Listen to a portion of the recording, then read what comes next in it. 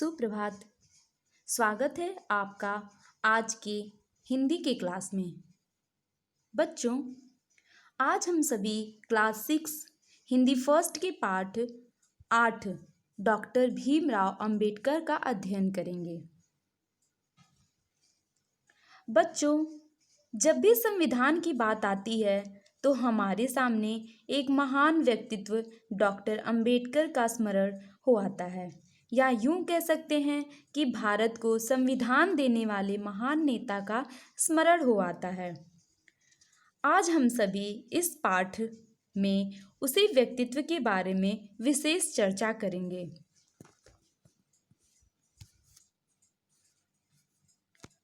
ये जो सामने आप चित्र देख रहे हैं, यह है डॉक्टर अंबेडकर का चित्र। तो आइए पाठ के परिचय के साथ इस पाठ का अध्ययन करते हैं।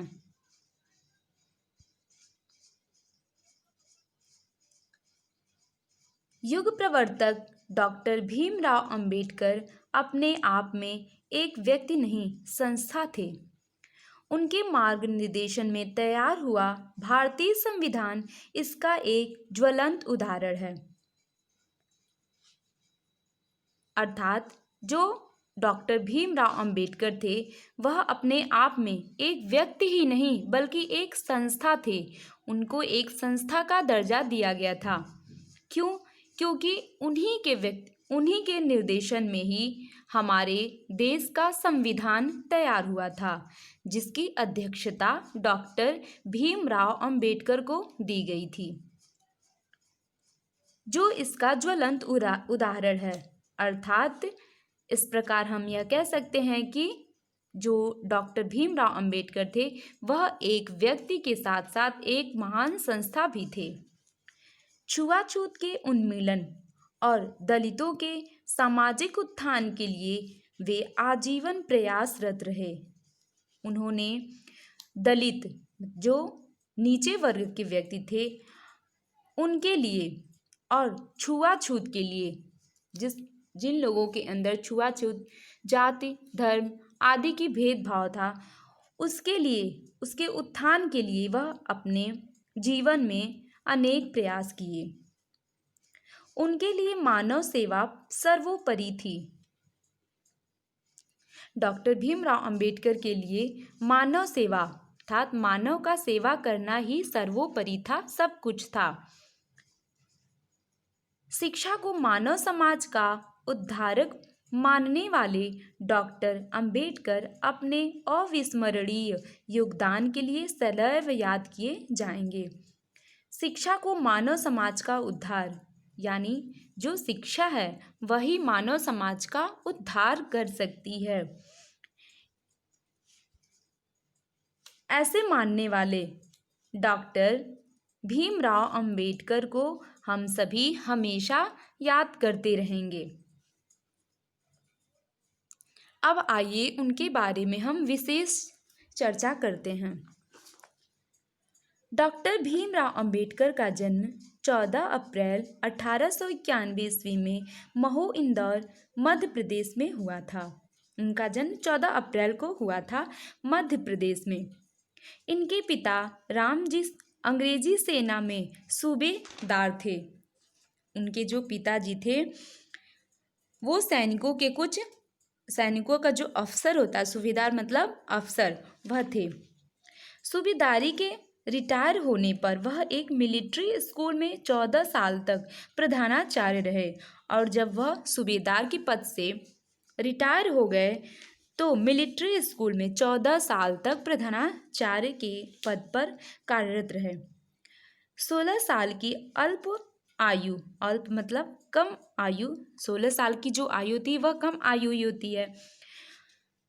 भीमराव के पिता रामजी ने उनका विवाह कर दिया। अर्थात जब जो भीमराव थे वह केवल 16 साल के ही थे, तभी उनका विवाह हो गया। भीमराव ने 1907 ईस्वी में मैट्रिक परीक्षा तथा 1909 ईस्वी में एलिफिंस्टन कॉलेज से इंटर की परीक्षा प्रथम श्रेणी में उत्तीर्ण की। 1907 ईस्वी में मैट्रिक मतलब 10th की परीक्षा और 1909 में उन्होंने एलिफिंस्टन कॉलेज से इंटर की यानी 12th की परीक्षा प्रथम श्रेणी में फर्स्ट पोजीशन पर उत्तीर्ण की मतलब पास हुए। इसी बीच उनके पिताजी का निधन हो गया। जब वह इंटर की परीक्षा पास किए उसी बीच में उनके पिताजी राम जी का निधन हो गया। उन दिनों अच्छी उच्च शिक्षा के लिए विदेश जाना पड़ता था। उच्च शिक्षा के लिए मतलब बीए एमए के लिए उस समय विदेश जाना पड़ता था। हमारे यहाँ मतलब भारत में उच्च शिक्षा का कोई अच्छी व्यवस्था नहीं थी, इसलिए उच्च शिक्षा के लिए सभी लोग विदेश जाते थे। पिताजी की मृत्यु तथा पैसे की कमी के कारण उनके लिए उच्च शिक्षा प्राप्त करना असंभव हो गया था। चूँकि उनके पास पैसे नहीं थे और उसी बीच उनके पिताजी का भी देहांत हो गया था, इन सब कारणों से उन्हें उच्च शिक्षा के लिए विदेश जाना असंभव था। लेकिन भीमराव निराश नहीं हुए। इन सब विपरीत परिस्थितियों में भी वह निराश नहीं हुए। उन्होंने अपनी सूझबूझ से इस असंभव काम को भी संभव बना लिया। उन्होंने कुछ उदार, दानशील तथा शिक्षा प्रेमी धनी लोगों से सहायता मांगना शुरू किया।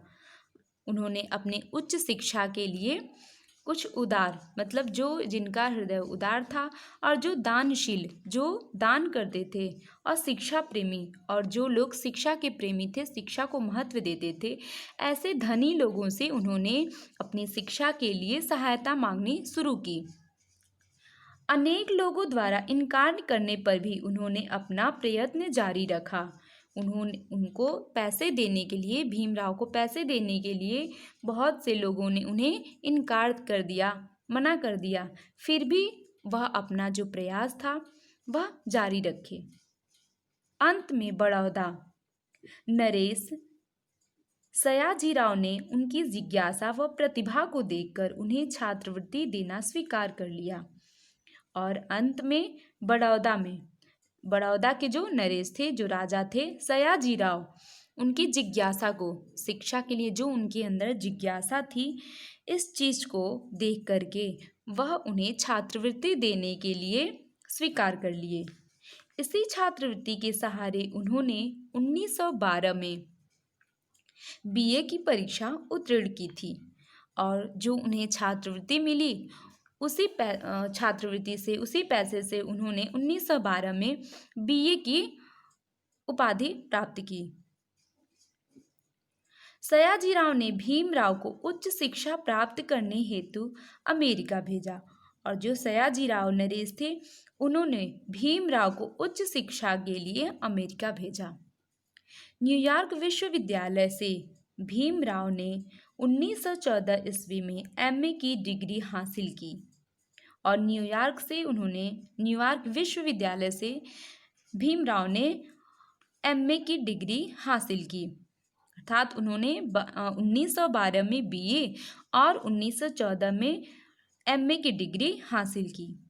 इसी बीच भीमराव ने एक शोध प्रबंध लिखा जिसका शीर्षक था भारत के लिए राष्ट्रीय लाभांश, ऐतिहासिक एवं विश्लेषणात्मक अध्ययन। जब उन्होंने बीए और एमए की डिग्री हासिल कर ली, उसके बाद उन्होंने एक शोध प्रबंध लिखा। उस शीर्षक का नाम था भारत के लिए राष्ट्रीय लाभांश, ऐतिहासिक एवं विश्लेषणात्मक अध्ययन, यह उसका शीर्षक था। इस शोध प्रबंध पर कोलंबिया विश्वविद्यालय ने उन्हें डॉक्टर ऑफ फिलॉसफी की उपाधि दी।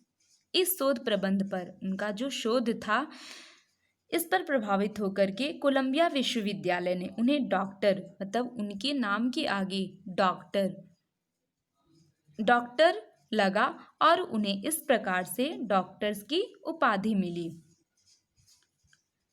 अर्थशास्त्र व राजनीति शास्त्र के अध्ययन के लिए भीमराव लंदन गए। अर्थशास्त्र और राजनीति शास्त्र के लिए वे अब लंदन गए, किंतु उसी समय सयाजीराव ने छात्रवृत्ति देना बंद कर दिया। जब तक वह एमए किए तब तक उन्हें छात्रवृत्ति मिलती रही सयाजीराव से, लेकिन जब उन्होंने अर्थशास्त्र और राजनीति शास्त्र के लिए लंदन गए तब उन्हें सयाजीराव ने उपाधि देना, छात्रवृत्ति देना बंद कर दिया। अब उन्हें स्वदेश लौटना पड़ा। स्वदेश मतलब अपने देश भारत लौटना पड़ा। भीमराव अपने धुन के पक्के थे। पैसे का इंतजाम करके 1920 ईस्वी में वे पुनः लंदन गए और वहां से बैरिस्टर बनकर भारत लौटे। पैसे का इंतजाम कर किए और 1920 में वह फिर से लंदन गए और वहां से लंदन से उन्होंने बैरिस्टर बनकर वह पुनः भारत लौटे। भीमराव अंबेडकर पुस्तक प्रेमी, अध्ययनशील और ज्ञान पिपासु व्यक्ति थे। भीमराव अंबेडकर पुस्तक प्रेमी थे, मतलब पुस्तकों से उन्हें अत्यंत प्रेम था। अध्ययनशील और अध्ययनरत रहते थे। ज्ञान पिपासु मतलब जिसमें ज्ञान की प्यास हो, ऐसे व्यक्तित्व के वो व्यक्ति थे। उन्हें पुस्तकों से इतना अधिक लगाव था कि उन्होंने अपने छात्र जीवन में ही दैनिक खर्चों में कटौती करके लगभग 2000 पुस्तकें खरीद ली थीं। उन्हें जो छात्र जीवन में जो भी उनको पैसे मिलते थे उसमें कटौती करके वह क्या करते थे, हमेशा पुस्तकें ही खरीदते थे। उनका मानना था कि जिस प्रकार शरीर की स्वास्थ्य रक्षा व वृद्धि के लिए भोजन जरूरी है, ठीक उसी प्रकार मानसिक स्वास्थ्य की रक्षा व वृद्धि के लिए नियमित रूप से अच्छी पुस्तकों को पढ़ना भी जरूरी है।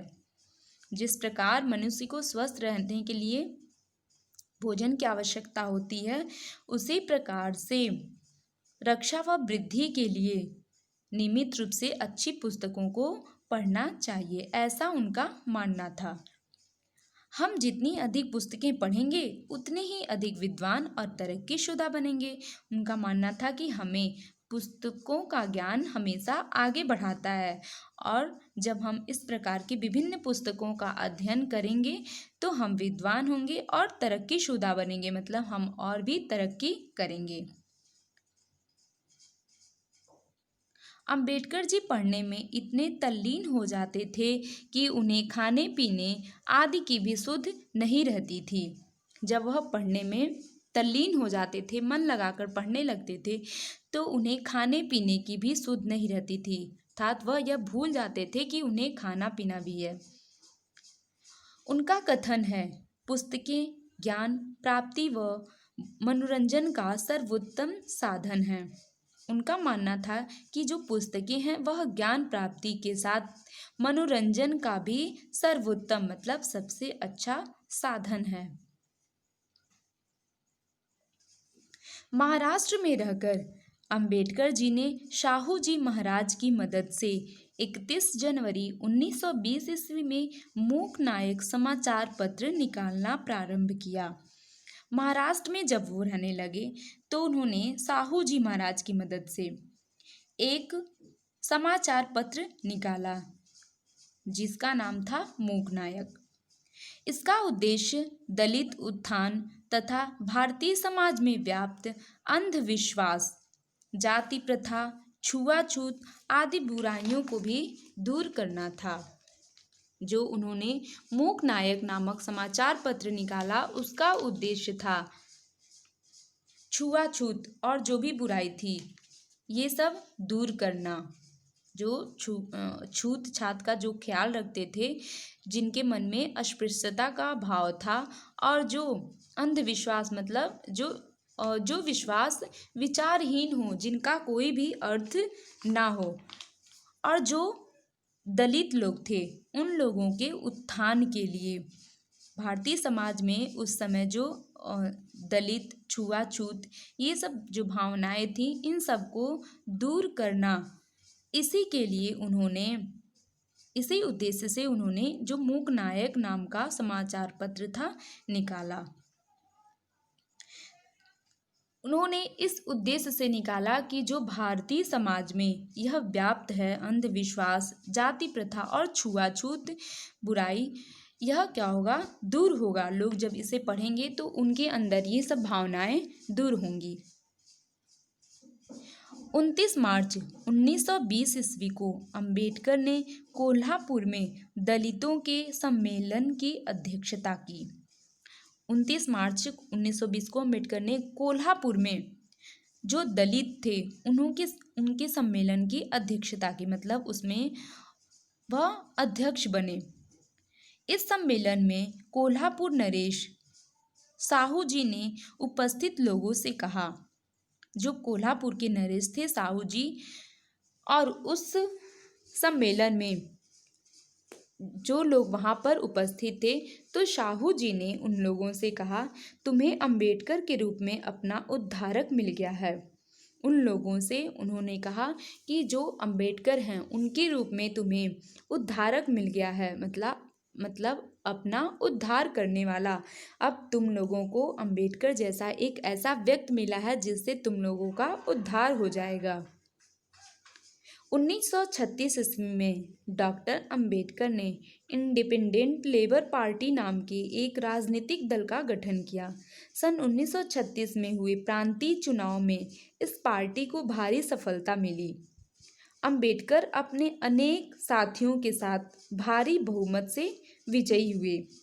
उन्होंने एक इंडिपेंडेंट लेबर पार्टी नाम से राजनीतिक दल का गठन किया और जिसमें उन्होंने सफलता प्राप्त की। भारी बहुमत के साथ अपने साथियों के साथ उन्होंने सफलता प्राप्त की। 1941 ईस्वी में डॉक्टर भीमराव अंबेडकर को गरीब रक्षा सलाहकार समिति का सदस्य नियुक्त किया गया और 1941 में उन्हें डॉक्टर अंबेडकर को गरीब रक्षा सलाहकार इस समिति का उन्हें सदस्य नियुक्त किया गया, मतलब सदस्य बनाया गया। 1945 ईस्वी में अंबेडकर ने पीपल्स एजुकेशन सोसाइटी की स्थापना की। एक सोसाइटी की स्थापना की जिसका नाम था पीपल्स एजुकेशन। इस संस्था ने समाज सेवा के अनेक कार्य करने के साथ साथ 1946 में सिद्धार्थ कॉलेज खोला और इस संस्था ने, मतलब जो ये संस्था थी पीपल्स एजुकेशन सोसाइटी, समाज सेवा के अनेक कार्य करने के साथ उन्होंने समाज के अनेक कार्य भी होते थे और इसके साथ ही उन्होंने 1946 में सिद्धार्थ कॉलेज खोला। इस कॉलेज ने शिक्षा के जरिए जन जागरण का महत्वपूर्ण कार्य किया। शिक्षा के जरिए, मतलब शिक्षा के साथ ही इस कॉलेज ने जन जागरण, मतलब लोगों के प्रति जागरण की भावना पैदा हो, इसके लिए महत्वपूर्ण कार्य किया। स्वतंत्रता प्राप्ति के बाद स्वतंत्र देश का नया संविधान बनाने हेतु संविधान निर्मात्री समिति का गठन होना था। जब हमारा देश स्वतंत्र हो गया उसके बाद से यह निश्चित किया गया कि संविधान का निर्माण हो, संविधान निर्मात्री समिति बने। इसके लिए इस समिति की अध्यक्षता तथा संविधान निर्माण हेतु एक योग्य कुशल राजनीतिक विद्वान की आवश्यकता थी। मतलब ऐसे व्यक्ति का चुनाव करना था, ऐसे व्यक्ति को लाना था जो योग्य हो, कुशल हो और हर प्रकार से राजनीतिक विद्वान भी हो, मतलब राजनीतिक चीज़ें भी उसे पता हो। इस कार्य के लिए अंबेडकर को उपयुक्त समझा गया क्योंकि उस समय अंबेडकर ही एक योग्य कुशल और राजनीतिक के ज्ञाता थे, इसलिए इस कार्य के लिए उन्हें ही उपयुक्त समझा गया। अतः उन्हें संविधान निर्माण समिति का अध्यक्ष बनाया गया। इसलिए उन्हें भारतीय संविधान का अध्यक्ष बनाया गया। अंबेडकर ने अपनी बौद्धिक कुशलता से एक ऐसा अनूठा संविधान बनाया कि उसे देखकर देश विदेश के सभी राजनीतिक विशेषज्ञ आश्चर्यचकित हो गए। हमारा जो संविधान है वह बहुत ही विस्तृत है और ऐसे विस्तृत संविधान को देख करके लोग जो बहुत ही बड़े राजनीतिक विशेषज्ञ थे वह सब देख करके सारे लोग आश्चर्यचकित हो गए। अंबेडकर द्वारा रचित भारतीय संविधान की गणना विश्व के श्रेष्ठतम संविधानों में की जाती है।